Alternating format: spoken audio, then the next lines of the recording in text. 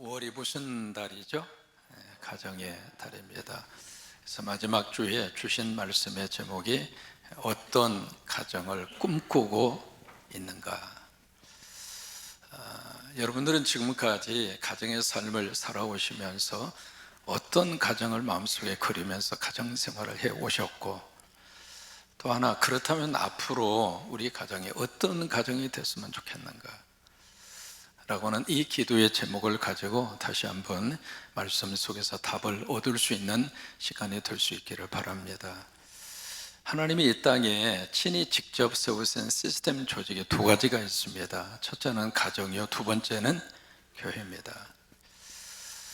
하나님이 이 땅에 교회를 어떻게 세우셨는가? 예수 그리스도가 십자가에서 당신의 몸을 찢기시고 보혈의 피를 쏟으시고 예수 그리스도의 죽음을 통해서 하나님이 이 땅에 탄생시킨 것이 교회입니다.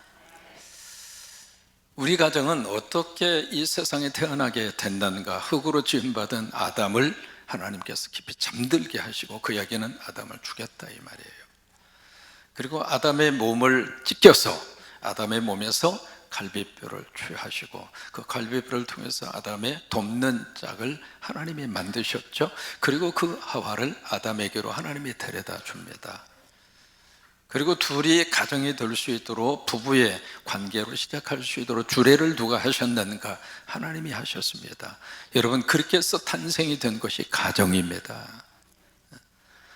여러분, 이 교회도 마찬가지고요, 가정도 마찬가지고요, 어느 날 갑자기 뚝딱 이 땅에 세워진 게 아닙니다. 그 이야기는 하나님의 관심과 하나님의 사랑이 어디가 있는가? 하나님의 직접 만드신 시스템 조직인 교회와 가정에 하나님의 깊은 관심이 있습니다. 여러분이 성광교회가 하나님의 마음에 합한 교회로 우리 교회가 부흥이 되고 우리 교회가 든든하게 세워져 가는 것도 참 감사하지만 이 교회 때문에 또 다른 교회를 세우고, 아멘 좀 크게 해주시면 좋겠어요. 이 교회 때문에 또 다른 교회를 세우고 이 교회 때문에 또 다른 교회를 세워가는 그런 교회로, 그래서 그 사역을 시작하고 나서 오늘부로 138개의 하나님의 교회를 하나님 앞에 드렸습니다. 여러분, 그 모습을 하나님께서 보시면서 얼마나 하나님이 행복해 하실까? 아마 성광교회를 보시면서 하나님이 그러실 것 같아요. 내가 이 교회 잘 세워놨구나. 교회가 교회다움의 역할을 감당하는구나. 여러분, 우리 가정도 마찬가지입니다. 미국의 속담에 그런 속담이 있습니다. 남편은 머리고 아내는 목이다. 그 속담이 있어요. 여러분, 머리가 아무리 똑똑하고 머리가 아무리 많은 지식을 가지고 있어도 어디에 붙어 있어요? 목에 붙어 있어요. 그러니까 머리가 아무리 판단을 하고 머리가 여러 가지 많은 아이디어를 가지고 있어도 이 머리를 움직이는 것은 누굽니까? 대답하기 싫으시죠? 목이 움직이는 거예요. 목이. 만약에 목이 오른쪽 하는데 머리가 왼쪽 이러고 있어 봐요. 그러면 목이 가만히 있겠습니까? 그러니까 자신은 고집스럽게 목이 말해서 오른쪽 했는데 이 머리가 왼쪽 하고 있으면 누구만 고생해요? 머리만 고생하는 거예요. 결국에 가서는 어느 쪽으로 머리가 가게 돼 있어요? 오른쪽으로 가게 돼 있어요. 이게요, 결혼 생활을 하면 할수록 그 삶의 지혜를 깨닫습니다. 이게 철들기 전에는 그걸 잘 모르거든요.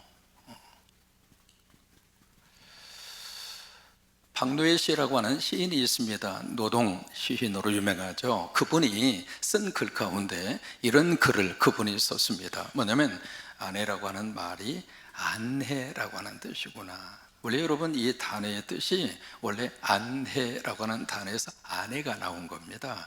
그래서 북한이나 저렇게 조선족들은 안해라고 부릅니다. 우리는 아내라고 부르지만, 그러니까 아내라고 하는 말이 안해라고 하는 뜻이구나. 이 안해는 내 안에 떠있는 뭐예요? 밝은 해구나. 어떤 사람은 안해 그러니까, 아예 목사님 우리 집에서는 뭘 시켜도 안 해요. 안해. 그래서 마누라가 안해해요 그렇게 말하는데, 그런 뜻이 아니라 내 집안에 있는 밝게 떠있는 밝은 해라고 하는 거예요. 그 다음에 같이 한번 읽어보실까요? 해는 본 뒤 밝은 것인데 아내의 얼굴이 그늘지고 찌푸러져 있다면 그 먹구름은 무엇인가? 그 다음에 답을 줍니다. 바로 남편이 아니겠는가? 그러니까 남편 때문에 아내의 이 밝은 햇살을 가져야 되는 이 아내의 얼굴에 먹구름이 끼었다 이 말이에요. 여러분, 해에 먹구름이 끼면 그 다음에 나타나는 자연 현상이 있습니다. 뭐예요? 벼락치고 그 다음에 뭐가 쏟아져요? 여러분, 비 맞을 각오를 하시고 먹구름 끼게 하시라고요. 그래서 바로 남편이 아니겠는가? 그러니 세상의 남편들은 하늘의 맑고 흐름을 살피듯이 늘 아내의 얼굴을 바라보며 자기를 성찰해야 하리라. 여기서 남편들이 아멘 하면 저녁에 반찬이 달라질 거예요. 그 다음에 아내 역시 자기의 먹구름을 걷어내고 주위를 환하게 밝힐 수 있도록 날마다 새롭게 떠오르는 무엇처럼? 여자분들만 크게 무엇처럼? 햇덩이처럼.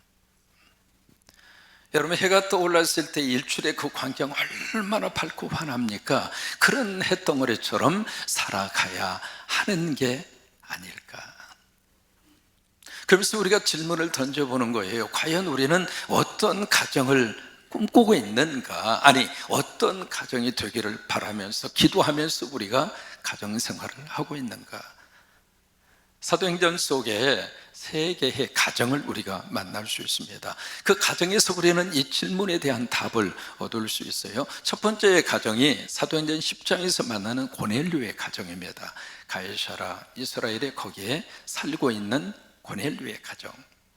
이 가정은 남성 중심의 가정이에요. 그 다음에 사도행전 18장에 아골라와 브리스 부부의 가정, 이 부부는 고린도에 살고 있는 가정이에요. 그 다음에 오늘 성경에서 사도행전 16장에서 만나는 가정이 있습니다. 바로 루디아의 가정입니다. 이 가정은 빌립보에 살고 있죠. 이 가정은 여성 중심의 가정입니다. 이 가정이 가지고 있는 특징이 있어요. 여기 고넬료나 이 루디아는 모두가 다 이방인입니다. 유대인이 아니라 이 말이에요. 그 다음에 이 브리스길라와 아굴라의 이 부부는 다문화 가정입니다. 사도행전 18장 2절에 보시면은요, 이 다문화 가정이 어떤 가정이었는가 성경이 밝히고 있거든요. 여기 아굴라가 나옵니다. 아굴라가 남편입니다. 이 남편이 본도라고 하는 지역 출신의 유대인입니다. 근데 유대인 이 남편이 로마에 가서 생활을 하다가 로마 여성을 만나서 결혼을 하는데 그 여성의 이름이 브리스길라입니다. 그래서 다문화 가정을 이루어서 이 가정이 서로 의지하면서 행복하게 살고 있는데 이 부부에게 위기가 왔습니다. 그것이 AD 49년에 여기 그라우디오라고 하는 황제 이름이 나오잖아요. 로마 4대 황제입니다. 그 황제가 통치를 하던 시절에 로마 지역에서 유대인들 중심으로 폭동이 일어납니다. 근데 그 폭동을 진압하는 과정에서 저 황제가 이 로마에 살고 있는 모든 유대인은 오늘부로 당장 로마를 떠나라 명령을 내립니다. 그래서 저 부부가 지금 위기를 맞이하게 돼요. 남편이 유대인이잖아요. 그러니까 남편 아골라가 황제의 명령에 따라서 그날부로 로마를 떠나야 돼요. 근데 아내는 유대인이 아닙니다. 로마 사람이에요. 그러니까 아내는 로마 사람이기 때문에 떠나지 않아도 되거든요. 여러분, 살면서 가정과 부부가 아무 일이 없을 때는 괜찮아요. 그러나 그 가정 속에 참 말할 수 없는 폭풍이 몰아치고 비바람이 불어오고 그런 순간에 위기를 맞이했을 때 여러분, 살다 보면 위기 상황 맞이합니까? 맞이하지 않습니까? 누구나 다 그 과정을 겪어요. 그런데 위기를 만났을 때 그때 정말로 부부에 대한 관계가 드러나는 거예요. 이 부부는 자기 남편에게 당신 유대인에게 떠나시오. 나 아내든 브리스길라는 로마에 남겼습니다. 그런 선택을 하지 않고 이 남편이 가는 곳에 이 아내가 당신이 있는 곳이라면 난 괜찮습니다. 여보, 기운 내요. 제가 있잖아요. 그러면서 우리 함께 하나로 뭉쳐서 이 위기를 극복합시다. 그래서 이 부부가 고린도로 이주를 해서 거기에서 그들의 삶의 자리를 새로 시작합니다. 여러분, 이게 부부 아닙니까? 근데 정반대의 케이스의 부부가 있습니다. 누구냐면 욥의 가정입니다. 이 욥이 동방의 의인이었으며 동방의 부자였잖아요. 근데 어느 날 갑자기 그 모든 재산이 하루아침에 다 사라지고 완전히 파산을 하죠. 10명의 자녀가 한꺼번에 떼죽음을 당합니다. 거의 다 엎친 데 덮친 격으로 이 욥이 병에 걸립니다. 너무 가려워서 기왓장을 가지고 자신의 가려운 부분을 긁어야 할 정도로 말 그대로 이 남편이 최악의 상황에 전락한 거예요. 그 상속에 전락해져 있는데 이 마누라가 와서 남편 욥에게 뭐라고 이야기해요? 하나님 저주하고 죽어버리라고. 세상에 이게 예패네요. 다른 사람이라 할지라도 사람이 이런 상황 속에 빠져 있으면 그런 저주성 발언을 하면 돼요? 그런데 아내가 함께 살고 있는 마누라가,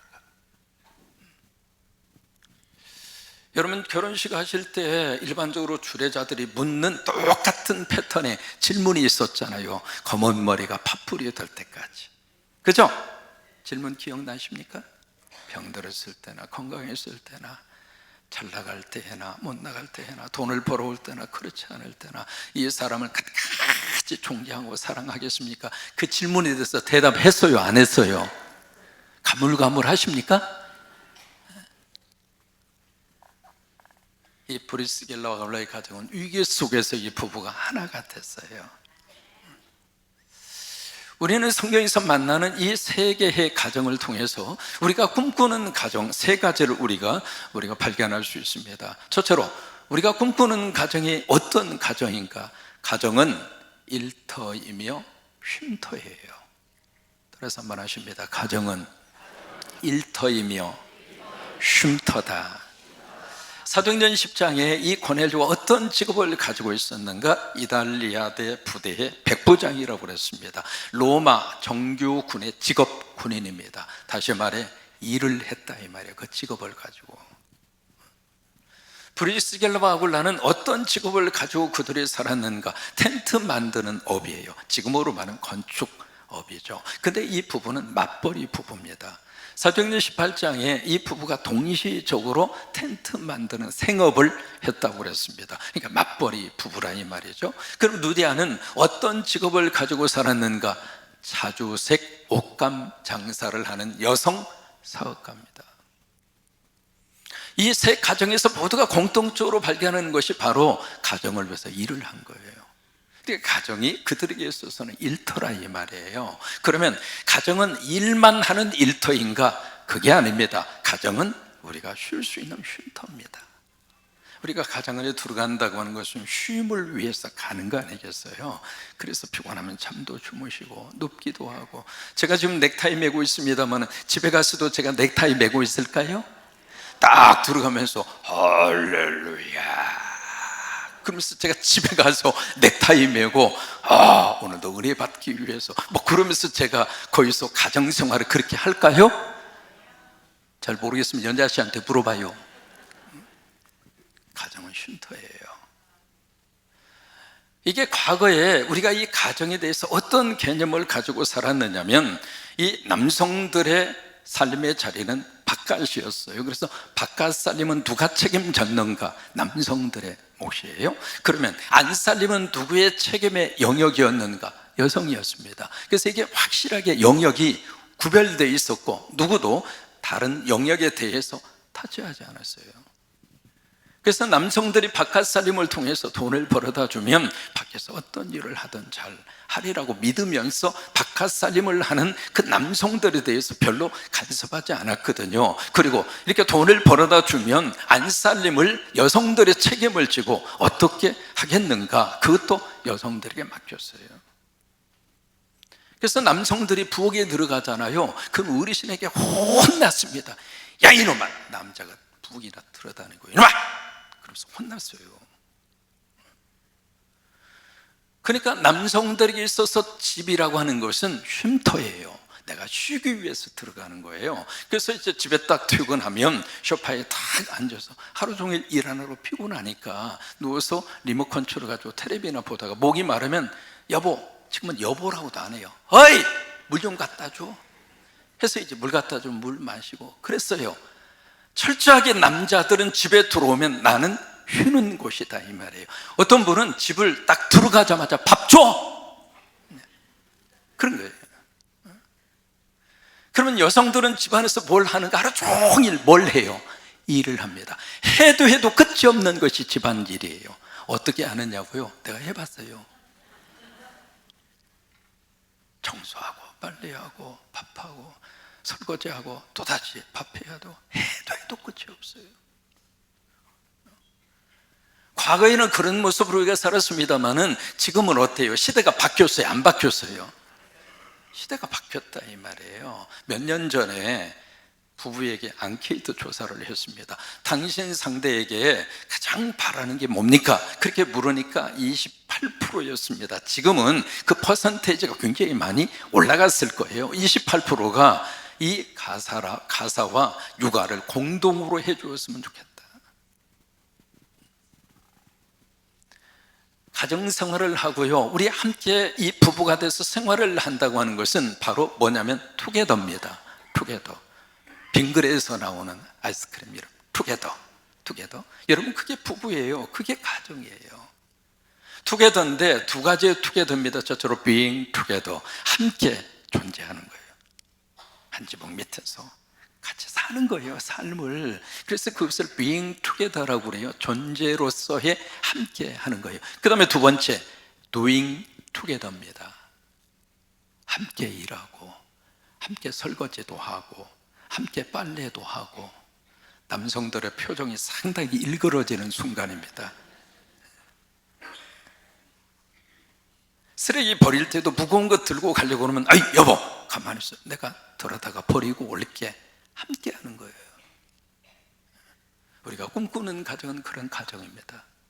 자녀들도 마찬가지입니다. 이 자녀들이 가정에 들어와서 함께 생활을 하면서 자녀들도 같이 일하고 같이 쉬고, 그게 가정이에요. 우리가 꿈꾸는 가정은 그런 가정이에요. 그렇게 되시기를 축복합니다. 두 번째, 우리가 꿈꾸는 가정, 우리가 꿈꾸는 가정은 예배터입니다. 사도행전 10장 2절에 보시면 고넬료 가정을 우리에게 소개하거든요. 그가 뭐 했어요? 경건했어요. 고넬료가 종교적이었다 그 말이에요. 고넬료가 굉장히 믿음이 좋았다 그 말이에요. 신앙생활을 잘했다 그 말이에요. 그 다음에 본인만 종교적이고 신앙생활 잘하고 경건하고 끝난 것이 아니라 온 집안과 더불어서, 다시 말해 온 가족 전체가 다 하나님을 어떻게 했어요? 경외했어요. 하나님을 두려워하고 하나님을 공경하고 하나님을 우리 가정의 주인으로 모시고 살았다 그 말이에요. 그래서 백성을 많이 구제하고 또 하나, 하나님 앞에 어떻게 했어요? 항상 기도했습니다. 이 고넬료의 가정은 바로 예배가 있는 예배터였어요. 브리스길라와 아굴라의 다문화 가정도 마찬가지예요. 로마서 16장 5절에 보시면은 그렇게 말씀하시죠. 저의 집에 뭐가 있었어요? 교회가 있었어요. 여러분 그 집이 무슨 얘기냐면 초대교회는 다 교회가 그 가정에서 시작이 된 거예요. 가정교회로부터 교회가 태동이 된 거거든요. 근데 그 가정의 문을 활짝 열고 성도들이 와서 예배할 수 있도록, 그러니까 이 브리스길라와 아골라 이 다문화 가정 자체가 예배가 살아있는 예배터였어요. 신방만 한번 받으려고 해도 일주일부터 머리가 아프잖아요. 청소해야지, 먼지 해야지, 정리해야지. 그런데 이게 매번 예배가 이루어질 때마다 자신의 집을 활짝 열어서 예배가 이루어질 수 있도록 예배터로 바로 브리스길라 아굴라의 가정은 하나님 앞에 드린 거예요. 예배가 있다 이 말이에요. 루디아의 가정도 마찬가지입니다. 사도행전 16장 14절에 보시면 같이 한번 읽을까요? 두아드레시아에 있는 자주 자세곡함 장사로서, 그 다음에 누구를 섬기는, 여기 하나님을 섬긴다는 말이 영어로 worshiper of God, 하나님의 예배자라고 하는 뜻이에요. 예배가 있었어요. 우리가 꿈꾸는 가정, 우리 자녀들이 이런 가정이 됐으면 좋겠다고 기도하는 우리들의 기도 제목, 주님, 예배가 있는 우리 가정이 되게 하옵소서. 세 번째, 우리가 꿈꾸는 가정은 어떤 가정인가? 살림터입니다. 사도행전 10장 47절로 48절에 이 고넬료의 가정에 대해서 성경이 그렇게 말씀하시거든요. 같이 한번 읽습니다. 이에 베드로가 이르되 이 사람들이 우리와 같이 성령을 받았으니, 이 사람들이 누구일까? 고넬료뿐만이 아니라 그 베드로의 말씀과 베드로의 설교를 듣고 있는 이 고넬료, 그리고 가족과 친척들까지다. 그들 모두가 다 우리와 같이 뭘 받았어요? 성령을 받은 거예요. 여러분, 우리 가정에 성령이 계시면 마귀와 사탄과 악한 영은 지나갑니다. 여러분 집에 성령님이 함께하여 주셔서 더러운 영들은 다 지나가게 하시고, 여러분들의 자녀들의 그 문 앞에 성령님이 지켜주셔서 자녀들이 악한 영에 물들이지 아니하도록, 이 나라에 성령이 충만하면 주술과 그리고 마귀와 사탄과 더러운 영들이 이 나라를 침투하지 못할 것입니다. 그 다음에 성령을 받았으니 우리 저들에게 세례 베푸는 것을 우리가 주저할 필요가 뭐 있겠는가? 그래서 고넬료의 가정에 세례를 받아요. 여러분, 세례 받았다는 이야기는 영적으로 살아났다 그 말이에요. 아굴라와 브리스길라의 이 다문화 가정도 마찬가지거든요. 로마서 16장 3절의 말씀, 뭐라고 기록이 되어 있느냐면, 너희는 그리스도 예수 안에서 나의 뭐라고 그래요? 동역자라고 그래요. 바울의 동역자. 살림꾼 바울과 함께 하나님의 거룩한 복음과 선교 사역을 위해서 함께 그들이 사역을 했던 살림꾼. 그러니까 브리스길라 아굴라의 이 가정이 살림터가 된 거예요. 빌보에 살고 있는 누디아의 가정도 살림터였습니다. 사도행전 16장 25절 말씀에 이렇게 기록하고 있잖아요. 같이 한번 고백합니다. 그와 그 집이 다 세례를 받대. 아니, 집이 어떻게 세례받아요? 이 집이라고 하는 것은 바로 그 집에 속한 모든 식솔들을 말합니다. 영어로 하우스홀드라고 합니다. 그러니까 누디아뿐만이 아니라 누디아 집에 있었던 모든 식솔들, 거기에는 함께 일을 하고 있는 종업원, 그 당시에는 노예가 있었으니까 노예들까지도 모든 사람들이 다 세례를 받았어요. 그 이야기는 영적으로 살아났다 그 말이에요. 그러니까 이 루디아의 가정에 살림의 역사가 나타나는 겁니다. 그 가정이 영적인 살림터가 된 거예요.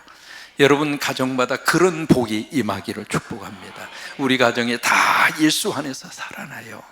나도 살아나고 내 자녀도 살아나고 내 손주들도 살아나고 내 영혼도 살아나고, 그래서 이 살림의 역사가 일어나는 살림터, 바로 그 살림터가 바로 루디아의 가정이에요.